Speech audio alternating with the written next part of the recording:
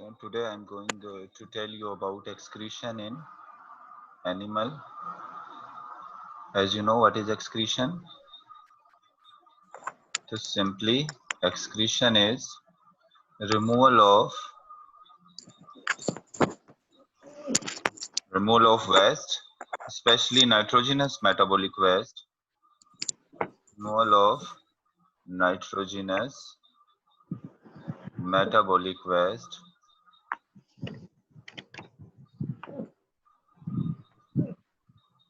Removal of nitrogenous metabolic waste from the body is called excretion.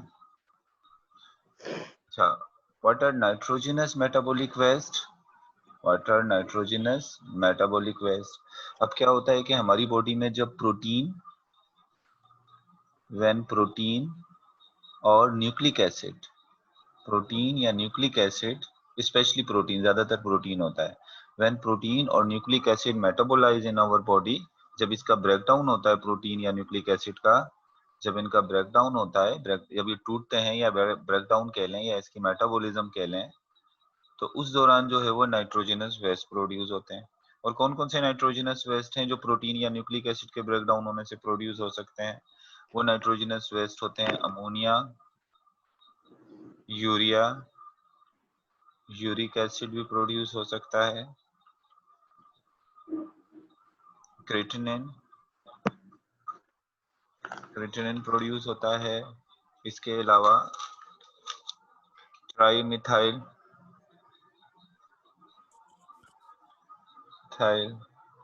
Amine भी nitrogenous waste है, oxide भी nitrogenous waste है, और hypoxanthine etcetera, ये तमाम क्या है? ये तमाम नाइट्रोजनस वेस्ट है। तो मैंने आपको बताया अमोनिया हुआ, यूरिया हुआ, यूरिक एसिड हो गया, क्रिएटिनिन हो गया, ट्राइमेथाइल अमाइन ऑक्साइड हो गया, और हाइपोजेंथिन, ये तमाम क्या है? ये इन तमाम को हम कहते हैं नाइट्रोजनस वेस्ट। और भी होती हैं लेकिन मैंने जस्ट यही नाम लिखे हैं। ये क्या है? ये है नाइट्रोजनस वेस्ट। और ये नाइट्रोजनस वेस्ट किसके रिजल्ट में प्रोड्यूस होती हैं? They produce as a result of the breakdown of protein. जब हमारे बॉडी का प्रोटीन या न्यूक्लिक एसिड ब्रेकडाउन होता है तो उसके ब्रेकडाउन होने से ये नाइट्रोजनस वेस्ट प्रोड्यूस होती है। अभी तो हम सिर्फ उन नाइट्रोजनस वेस्ट को डिस्कस करेंगे जो ज्यादा टॉक्सिक होती हैं और ज्यादा प्रोड्यूस होती हैं। तो अब यहाँ पर एक्सक्रीशन में जो हम 3 नाइट्रोजनस वेस्ट को ही डिस्कस करेंगे, अमोनिया, यूरिया और यूरिक एसिड। 3 नाइट्रोजनस वेस्ट हैं जिनको हम डिटेल में डिस्कस करेंगे, जिनका हमारी बॉडी से रिमूव होना या लिविंग ऑर्गेनिज्म की बॉडी से रिमूव होना जो है वो जरूरी होता है।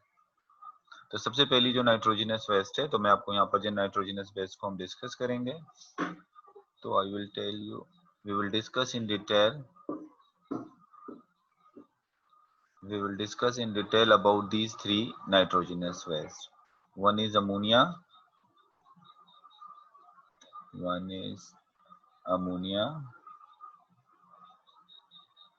second one is urea, and third one is uric acid.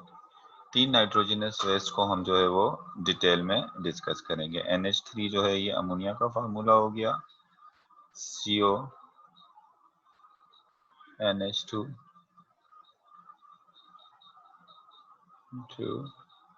Uric acid urea हो गया, और जो है C5O3N4, ये क्या हो गया? ये फार्मूला हो गया यूरिक एसिड का। तो 3 जो है नाइट्रोजनस वेस्ट जिनको हम यहाँ पर डिटेल में डिस्कस करने के लिए जा रहे हैं।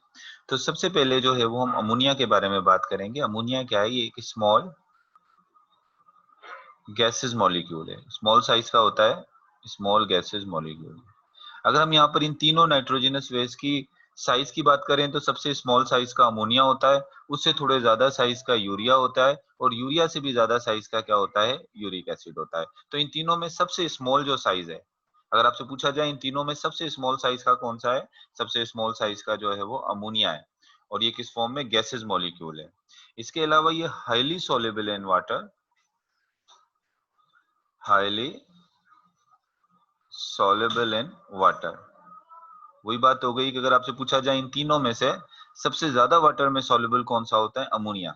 अमोनिया के बाद वाटर में थोड़ा कम सॉल्युबल यूरिया, और उसके बाद फिर क्या है, यूरिक एसिड। तो ये हाईली सॉल्युबल होता है वाटर के अंदर। हाईली सॉल्युबल जब वाटर के अंदर होता है तो इसकी वजह से क्या होता है, it can diffuse very rapidly across the plasma membrane। अब क्या होता है, हर वो चीज जो पानी में डिजोल्व हो जाती है वो इजीली जो है वो प्लाज्मा मेम्ब्रेन को क्या कर जाती है, क्रॉस कर जाती है। तो ये जो अमोनिया होता है, फॉर एग्जांपल ये मैं रेड जो है वो शो कर रहा हूँ, अमोनिया फॉर एग्जांपल ये अमोनिया है। तो ये अमोनिया पानी में इजीली जो है वो सॉल्युबल हो जाता है, जल्दी से पानी में डिजोल्व हो जाता है, और उसके बाद फौरन जो है वो सेल मेम्ब्रेन को क्रॉस करके कहाँ चला जाता है, सेल के अंदर चला जाता है। अब हमें पता है कि अमोनिया जो है वो पीएच इंक्रीज कर देता है, पीएच इंक्रीज कर देता है। तो इसी वजह से क्या होता है कि ये सेल, ये बेसिकली क्या होता है, ये नाइट्रोजनस वेस्ट जो है वो हाईली टॉक्सिक है। ये हाईली क्या है, ये हाईली टॉक्सिक है। तीनों में से सबसे ज्यादा नाइट्रोजनस वेस्ट जो टॉक्सिक है वो कौन सी है, वो है अमोनिया। अमोनिया हाईली टॉक्सिक है क्योंकि ये हमारे बॉडी के फ्लूइड की पीएच को जो है वो क्या कर देता है, बढ़ा देता है। बॉडी के फ्लूइड की जब पीएच बढ़ जाती है तो मेम्ब्रेन से जो चीजें ट्रांसपोर्ट होती हैं उन पर भी थोड़ा क्या पड़ता है, इसका असर पड़ता है। अच्छा, अब ये हाईली टॉक्सिक है, और इसके अलावा अगर हम इसकी मजीद बात करूं तो इसको लेस टॉक्सिक करने के लिए, मतलब अगर आप अमोनिया 1 ग्राम अमोनिया है, अगर आप इसकी 1 ग्राम अमोनिया की टॉक्सिसिटी खत्म करना चाहते हैं, यानी इसको लेस टॉक्सिक करना चाहते हैं, तो आप उसको कितने ml वाटर में डिसोल्व करना पड़ेगा, 500 ml वाटर। यानी 1 ग्राम अमोनिया की टॉक्सिसिटी को खत्म करने के लिए, उसके जहरीले असरात को खत्म करने के लिए आपको कितना वाटर चाहिए, 5 ml वाटर चाहिए। और इसी तरीके से कहते हैं कि 1 ग्राम, ये भी आप कह सकते हो कि 1 gram of ammonia require 500 ml of water for excretion. यानी इसको बॉडी से बाहर निकलने के लिए, अगर किसी एनिमल का एक्सक्रीटरी प्रोडक्ट अमोनिया है, तो अमोनिया को बॉडी से बाहर निकलने के लिए कितना पानी चाहिए होता है, 500 ml वाटर चाहिए होता है। मतलब आधा लीटर पानी चाहिए होता है 1 ग्राम अमोनिया को बॉडी से निकलने के लिए। जैसे हम लोग टेरेस्ट्रियल एनिमल्स हैं, तो हमारी बॉडी में तो इतना वाटर तो हम अफोर्ड नहीं कर सकते। अगर हमारी एक्सक्रीटरी प्रोडक्ट अमोनिया हो तो हमारे लिए तो ये पॉसिबल नहीं होगा कि हम 1 ग्राम, हमारी बॉडी में रेगुलरली काफी अमोनिया प्रोड्यूस होती है। अब हर ग्राम अमोनिया को बॉडी से रिमूव करने के लिए हमें हर दफा जो है वो 500 ml यानी हाफ लीटर वाटर चाहिए होगा। 2 ग्राम अमोनिया को आपको बॉडी से निकालने के लिए 1 लीटर वाटर चाहिए होता है। तो इतना वाटर तो हमारी बॉडी में होता नहीं है, और ना ही इतना वाटर हम जो है वो नॉर्मली जो है वो, स्टूडेंट आपको मेरी आवाज आ रही है? Yes sir. आ रही है, चलें, सही है। तो इसमें देखें ये 500 ml ऑफ वाटर जो है, इतना वाटर तो हम जो है वो नहीं ले सकते ना कि इतना वाटर हमारे पास हो कि हम इतना ज्यादा जो है पानी तो इसी वजह से क्या होता है कि हमारी एक्सक्रीटरी प्रोडक्ट जो है वो अमोनिया नहीं होती। अमोनिया एक्सक्रीटरी प्रोडक्ट किसकी होती है, it is excretory product of aquatic animal. ये एक्वेटिक एनिमल की एक्सक्रीटरी प्रोडक्ट होती है, स्पेशली जो फ्रेश वाटर में एनिमल्स पाए जाते हैं ना, ताजा पानी में, उनकी एक्सक्रीटरी प्रोडक्ट क्या होती है, अमोनिया होती है। उसकी रीजन आप समझ चुके होंगे कि वो फ्रेश वाटर में होते हैं तो उनके पास इतना पानी होता है, उनकी बॉडी के अंदर इतना पानी होता है कि वो उस अमोनिया को यूज कर सकते हैं अपनी बॉडी से उस पानी को निकालने के लिए। जैसे देखें, एक और बात मैंने आपको बताई थी, ऑस्मो रेगुलेशन। ऑस्मो रेगुलेशन के अंदर क्या होता है, ऑस्मो रेगुलेशन में बताया था वो फिश जो फ्रेश वाटर के अंदर होती हैं तो बाहर पानी ज्यादा होता है, अंदर पानी कम होता है। तो वो क्या करती हैं, अपने यूरिन के जरिए जो है वो वाटर को निकाल देती हैं। तो वो उनका एक्सक्रीटिव प्रोडक्ट क्या होता है, अमोनिया होता है। एक्सक्रीटिव प्रोडक्ट क्या होता है, अमोनिया होता है। तो अमोनिया बहुत सारे वाटर को अपने साथ लेके क्या करता है, निकल जाता है। तो उनकी बॉडी में भी इसकी वजह से वाटर क्या हो जाता है, इसकी वजह से वाटर जो है वो बैलेंस हो जाता है। तो अमोनिया से रिलेटेड जो इंपॉर्टेंट पॉइंट थे वो मैंने आपको यहाँ पर बताए कि सबसे पहले तो मैंने आपको बताया कि अमोनिया जो is a small gases molecule, ये क्या है, स्मॉल गैसेस मॉलिक्यूल है। और उसके बाद क्या होता है, it is highly soluble in water. Highly soluble in water का मतलब क्या हो गया कि पानी में जल्दी से क्या होता है, ये सॉल्युबल हो जाता है। पानी में डिजोल्व होकर ये सेल मेम्ब्रेन से भी आसानी से डिफ्यूज हो जाता है। जब सेल मेम्ब्रेन से आसानी से डिफ्यूज हो जाता है, और ये क्या होता है, ये टॉक्सिक भी होता है। क्योंकि अमोनिया जो है वो पीएच को बढ़ा देता है, पीएच को चेंज कर देता है हमारे बॉडी फ्लूइड की। अब हाईली टॉक्सिक होता है और इसको बॉडी से निकालने के लिए ज्यादा पानी चाहिए होता है। तो नॉर्मली क्या होता है कि 1 ग्राम अमोनिया को बॉडी से निकालने के लिए 500 ml वाटर जो है वो चाहिए होता है। जब 1 ग्राम अमोनिया को बॉडी से निकालने के लिए 5 ml वाटर चाहिए होता है, तो हमारे पास तो इतना वाटर टेरेस्ट्रियल एनिमल के पास तो नहीं होता। तो इसी वजह से अमोनिया ज्यादातर एक्सक्रीटिव प्रोडक्ट किसकी होती है? अमोनिया एक्सक्रीटिव प्रोडक्ट होती है बेसिकली एक्वेटिक एनिमल की। आपसे ये रीजनेबल क्वेश्चन भी पूछा जा सकता है, why ammonia is excretive product. ये क्वेश्चन पूछा जा सकता है, why ammonia is excretive product of aquatic animal, aquatic especially freshwater, aquatic freshwater animal, not in terrestrial animal। यानी आपसे ये क्वेश्चन पूछा जा सकता है कि अमोनिया जो है वो एक फ्रेश वाटर में जो एक्वेटिक एनिमल्स होते हैं उन्हीं की एक्सक्रीटिव प्रोडक्ट क्यों है, टेरेस्ट्रियल एनिमल की एक्सक्रीटिव प्रोडक्ट क्यों नहीं है। तो इसका आंसर आप क्या देंगे? इसका आंसर आप देंगे because it require lot of water for its removal, क्योंकि उसको ज्यादा ज्यादा पानी चाहिए होता है रिमूवल के लिए, एक्सक्रीट होने के लिए। तो एक्वेटिक एनिमल वो अफोर्ड कर सकते हैं और टेरेस्ट्रियल एनिमल अफोर्ड नहीं कर सकते। इसका मैंने आपको रेशो भी बताया था कि 1 ग्राम अमोनिया को बॉडी से निकालने के लिए 500 ml वाटर चाहिए होता है। अच्छा, अमोनिया जो बॉडी से पास आउट होती है, जो इन्वर्टिब्रेट होते हैं, जो सॉफ्ट बॉडीड लोअर इन्वर्टिब्रेट्स होते हैं, उनकी बॉडी से जो अमोनिया निकलता है, जो फ्रेश वाटर में होते हैं, वो जर्नल बॉडी सरफेस से निकलता है। वो अमोनिया जो पास होता है वो कहाँ से पास होता है? बॉडी सरफेस से। मिसाल के तौर पे ये भी कोई एक वर्म है। अब इसकी बॉडी से जब अमोनिया निकलेगा तो कहाँ से निकलता है? उसकी बॉडी सरफेस से अमोनिया निकलेगा। यानी जो अमोनिया निकल रहा है वो कहाँ से निकल रहा है? इसकी बॉडी सरफेस से। और जो फिश होती हैं, जैसे ये फिश है, फिश में ज्यादातर अमोनिया कहाँ से निकलता है? उसकी गिल से। बात याद रखिएगा कि फिश ज्यादातर अपना अमोनिया जो रिमूव करती है वो कहाँ से करती है? गिल से। और इसके अलावा बहुत थोड़ा बहुत अमोनिया इसका किडनी से निकलता है। लेकिन ज्यादा फिश जो अपना अमोनिया को एक्सक्रीट आउट करती है वो कहाँ से करती है? वो बेसिकली अपने गिल से करती है। तो it was all about ammonia. ये हमने किसके बारे में पढ़ा? ये हमने पढ़ा अमोनिया के बारे में। अमोनिया के बाद जो हमारे पास नेक्स्ट जो एक्सक्रीटिव प्रोडक्ट है वो कौन सी है? वो है यूरिया। अमोनिया के बाद हम लोग अभी जो डिस्कस करेंगे दूसरा जो एक्सक्रीटिव प्रोडक्ट, इसको हम डिस्कस करने लगे हैं, इट इज यूरिया। अब यूरिया की बात करें तो यूरिया अमोनिया के मुकाबले में कम टॉक्सिक होता है, लेस टॉक्सिक होता है। किसके मुकाबले में? अमोनिया के मुकाबले में। It is a less toxic. देखें, सबसे पहले हमने तीन नाइट्रोजनस प्रोडक्ट की वेस्ट की बात कर रहे हैं। सबसे पहले मैंने आपको किसके बारे में बता दिया? अमोनिया के बारे में। अमोनिया के बाद हम आ जाते हैं यूरिया की तरफ। तो urea is relatively less soluble in water. ये क्या है? Relatively less soluble in water. यानी रिलेटिवली का मतलब है कि आप इससे रिलेट करो, अमोनिया से। अमोनिया से रिलेट करोगे तो relatively less soluble in water, यानी ये पानी के अंदर जो है वो लेस सॉल्युबल है। और दूसरा क्या होता है? एक और चीज इसकी ये होती है कि ये 10 lakh time less toxic than ammonia, और 10 लाख टाइम लेस टॉक्सिक है किसके मुकाबले में? अमोनिया के मुकाबले में। यानी अमोनिया जो है वो 10 लाख टाइम ज्यादा, 1 लाख टाइम ज्यादा टॉक्सिक है अमोनिया। लेकिन यूरिया जो है वो अमोनिया से कंपेयर करें तो, अमोनिया से कंपेयर करेंगे तो ये 1 लाख टाइम जो है वो लेस टॉक्सिक है किससे? अमोनिया से। और अमोनिया के मुकाबले में इसको पानी भी कम रिक्वायर होता है रिमूव करने के लिए। जैसे 1 gram of urea, 1 gram of urea required 50 ml of water for its removal या for its excretion और excretion। अगर आप इसको बॉडी से निकालना चाहते हैं, यूरिया बॉडी से जब पास आउट होगा तो 1 ग्राम यूरिया कितना पानी अपने साथ लेके पास आउट होगा? 1 ग्राम यूरिया जो है वो 50 ml वाटर अपने साथ लेकर पास आउट होगा। तो इतना पानी तो हमारी बॉडी के अंदर भी मौजूद होता है।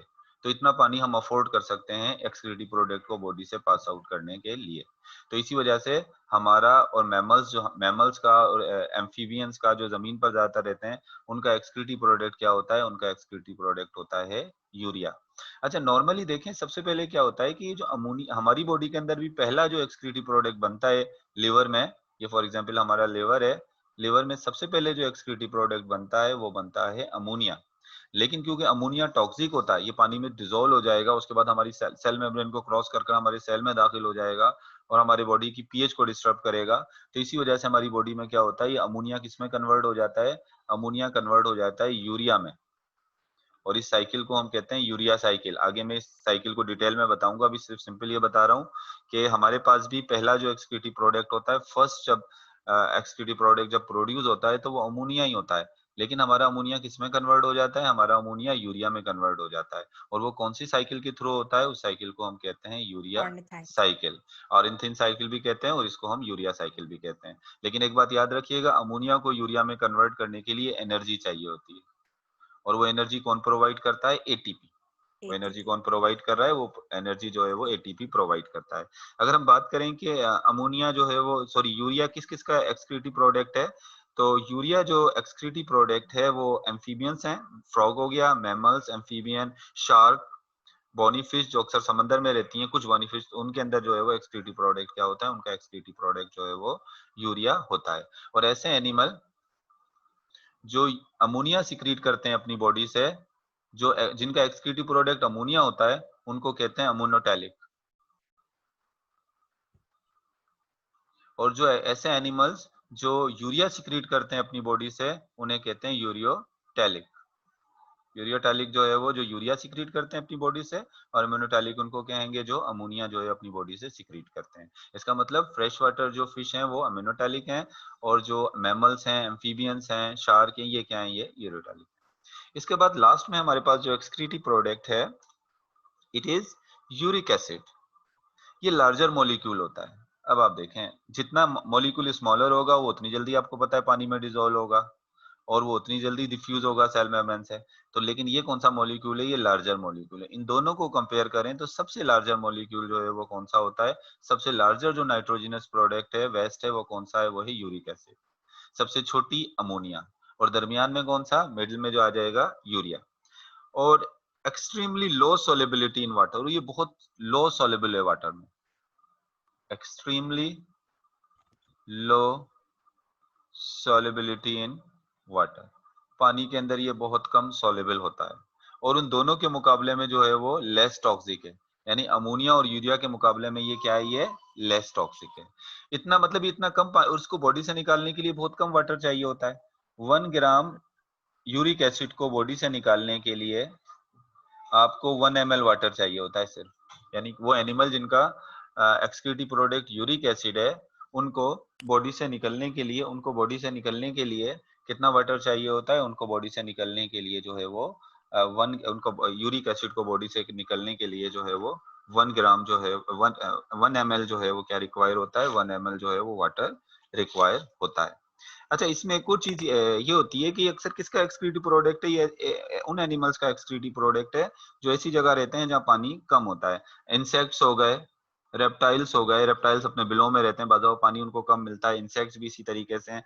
बर्ड्स होते हैं, बर्ड्स उड़ते हैं, हवा में उड़ते हैं, तो उस वक्त पानी नहीं होता, तो उनकी बॉडी को भी पानी जो है वो कम हो जाता है।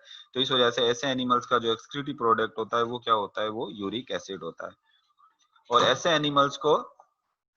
एनिमल को जिनका एक्सक्रीटिव प्रोडक्ट यूरिक एसिड होता है, उन एनिमल्स को हम कहते हैं यूरिकोटैलिक। इन एनिमल्स को हम क्या कहेंगे, इनको हम कहेंगे यूरिकोटैलिक। अच्छा यूरिकोटैलिक एनिमल्स कौन कौन से हैं जिनका एक्सक्रीटिव प्रोडक्ट जो है वो यूरिक एसिड होता है, इसमें आ जाते हैं इंसेक्ट्स, इंसेक्ट्स भी आ जाते हैं, बर्ड्स भी आ जाते हैं, इसमें रेप्टाइल भी आ जाते हैं। अच्छा एक और चीज आप याद रखिए, जैसे मिसाल के तौर पर ये इंसेक्ट है ना, इनका एक्सक्रीटिव प्रोडक्ट यूरिक एसिड है। अब यूरिक एसिड कहाँ पर आ गया, यूरिक एसिड इनके क्लोएका वाली साइड पर आकर जमा हो गया, क्लोएका वाली साइड पर आकर क्या हो गया, जमा हो गया। तो अब क्या होता है इस यूरिक एसिड के, क्योंकि ये यूरिक एसिड पानी में डिजोल्व नहीं होता, यूरिक एसिड पानी में डिजोल्व नहीं होता, तो क्या हो जाता है,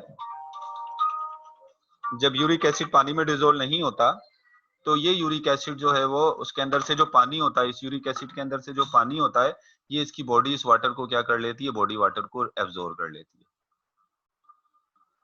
पानी में डिजोल्व होता नहीं है तो बॉडी आराम से इस वाटर को एब्जॉर्ब कर लेती है। और यूरिक एसिड जो है वो सेमी सॉलिड फॉर्म में जो है बॉडी से बाहर क्या हो जाता है, एक्सक्रीट हो जाता है। बहुत कम पानी के साथ ये बॉडी से क्या होता है, ये निकल जाता है। तो मैंने आपको today I told you about these 3 nitrogenous waste के बारे में हमने जो है वो पढ़ा। 3 नाइट्रोजनस वेस्ट को जो है वो डिस्कस किया। 1 मिनट में आपकी पहले अटेंडेंस ले लेता हूँ, उसके बाद फिर मैं आपको आगे जो है वो थोड़ा सा डिस्कस करते हैं।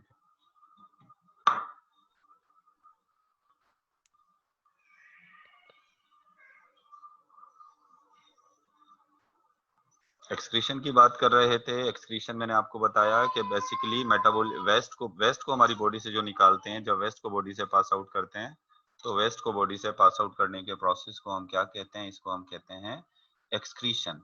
और ज्यादातर जो वेस्ट हमारी बॉडी के लिए नुकसानदेह होते हैं, वैसे तो और भी बहुत से वेस्ट हैं हमारी बॉडी से जो पास आउट होते हैं, जैसे पानी हो गया, पसीना आता है हमें जब, कार्बन डाइऑक्साइड भी जो निकलती है, सब वेस्ट ही है। लेकिन ज्यादातर जो यहाँ पर एक्सक्रीशन में जब हम बात करते हैं, तो एक्सक्रीशन में हम बात करते हैं नाइट्रोजनस वेस्ट की, जो हमारी बॉडी के लिए क्या होती है, जो हमारी बॉडी के लिए नुकसानदेह होती है, जो हमारी बॉडी को हार्म देती है। और मैंने भी आपको बताया कि जो नाइट्रोजनस वेस्ट जो प्रोड्यूस होती है, बेसिकली नाइट्रोजनस वेस्ट किसके ब्रेकडाउन से प्रोड्यूस होती हैं, स्पेशली न्यूक्लिक एसिड भी होता है, लेकिन ज्यादातर जो है वो क्या चीज ब्रेकडाउन होती है, प्रोटीन। न्यूक्लिक एसिड भी इसमें ले सकते हैं, लेकिन मैं यहाँ पर अगर प्रोटीन की बात करूं, तो प्रोटीन जब ब्रेकडाउन होगा, तो प्रोटीन के ब्रेकडाउन होने से कौन कौन सी नाइट्रोजनस, मेन जो नाइट्रोजनस वेस्ट जिनको भी हमने यहाँ पर डिस्कस किया, वो कौन कौन सी हैं, एक अमोनिया हो गई, एक दूसरी कौन सी हो गई, यूरिया हो गई, और तीसरी कौन सी एक्सक्रीटिव प्रोडक्ट हो गई, तीसरी जो एक्सक्रीटिव प्रोडक्ट है वो कौन सी हो गई, वो यूरिक एसिड हो गई। अब मुझे इसमें से आप लोग बताएंगे कि इसमें सबसे जो, अगर हम इन एक्सक्रीटिव प्रोडक्ट की बात करें, तो इसमें से बताएं कि सबसे सबसे जो है वो क्या कहना चाहिए कि सबसे टॉक्सिक जिसको कहेंगे ना एक्सक्रीटिव प्रोडक्ट, वो इनमें से कौन सी होगी, अमोनिया। सबसे टॉक्सिक जो है वो कौन सी है, वो अमोनिया है। अच्छा, इसमें सबसे इन एक्सक्रीटिव प्रोडक्ट में सबसे लार्जर साइज किसका होता है, सबसे लार्जर साइज कौन सी वाली, यूरिक एसिड का सबसे लार्जर साइज होता है। अच्छा, इन तमाम एक्सक्रीटिव प्रोडक्ट्स के अंदर से मैमल की एक्सक्रीटिव प्रोडक्ट कौन सी है, जो मैंने 3 बताई है, मैमल यूरिया होती है। और जिनकी क्या कहते हैं एक्सक्रीटिव प्रोडक्ट जो है वो यूरिया होती है, उन एनिमल्स को क्या कहते हैं, यूरियोटेलिक। उनको हम क्या कहते हैं, उनको हम कहते हैं यूरियोटेलिक, यूरियोटेलिक एनिमल। अच्छा, एक तो मैमल होता है यूरियोटेलिक, इसके अलावा भी किसी यूरियोटेलिक एनिमल का आप मुझे एग्जांपल दे सकते हो? एलिफेंट भी मैमल में आ गया ना, एम्फीबियंस होते हैं। कोई मैरीन वाटर में किसी मैरीन वाटर एनिमल की एग्जांपल दे सकते हो जिसका एक्सक्रीटिव प्रोडक्ट यूरिया है? शार्क हो गई, बोनीफिश कुछ रे फिश। अब अच्छा इधर देखें, जो एनिमल जिनकी एक्सक्रीटिव प्रोडक्ट अमोनिया होती है, उनको हम क्या कहते हैं, अमोनोटैलिक कहते हैं, अमोनोटैलिक कहते हैं। अच्छा, इन तमाम एक्सक्रीटिव प्रोडक्ट में सबसे ज्यादा वाटर में सॉल्युबल कौन सी एक्सक्रीटिव प्रोडक्ट है? अमोनिया सबसे ज्यादा सॉल्युबल कौन सी है, अमोनिया है, और अमोनिया सबसे ज्यादा सॉल्युबल है। अच्छा, इसके अलावा अमोनिया हमें नुकसान कैसे पहुंचाती है, ज्यादा होती है, टॉक्सिक है। क्यों टॉक्सिक है, ये करती क्या है बॉडी में, पीएच चेंज कर देती है, पीएच चेंज कर देती है। सही सही। अच्छा, इसके अलावा हमारी बॉडी के अंदर, हमारी बॉडी में अमोनिया प्रोड्यूस होता है, लेकिन हमारी बॉडी का वो कौन सा ऑर्गन है जहां पर अमोनिया यूरिया में कन्वर्ट हो जाता है? लिवर। और एंथिन साइकिल के जरिए लिवर में जो है ये कन्वर्ट हो जाता है। अच्छा, एक और बात बताएं कि ये जब अमोनिया को यूरिया में कन्वर्ट करना होता है, तो ये एक्टिव रिएक्शन है या पैसिव?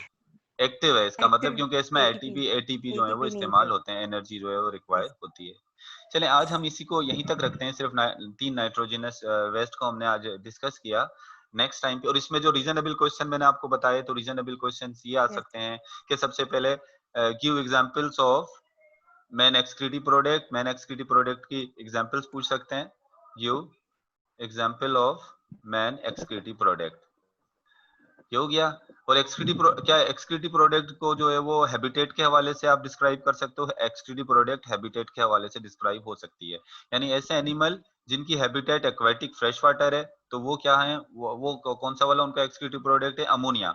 जिनको बहुत ज्यादा पानी मिल रहा है, उनका वो ऐसी हैबिटेट में जहाँ बहुत ज्यादा पानी होता है, तो उनका एक्सक्रीटिव प्रोडक्ट अमोनिया है। कुछ एनिमल ऐसे हैबिटेट में है जहाँ दरमियाना पानी है, ना ज्यादा ना कम, तो उनका एक्सक्रीटरी प्रोडक्ट यूरिया। और कुछ ऐसी हैबिटेट में है जहाँ पर पानी क्या होता है, पानी बहुत कम होता है, तो उनका एक्सक्रीटरी प्रोडक्ट क्या हो जाता है, उनका एक्सक्रीटरी प्रोडक्ट यूरिक एसिड है। मतलब हैबिटेट से रिलेट करता है।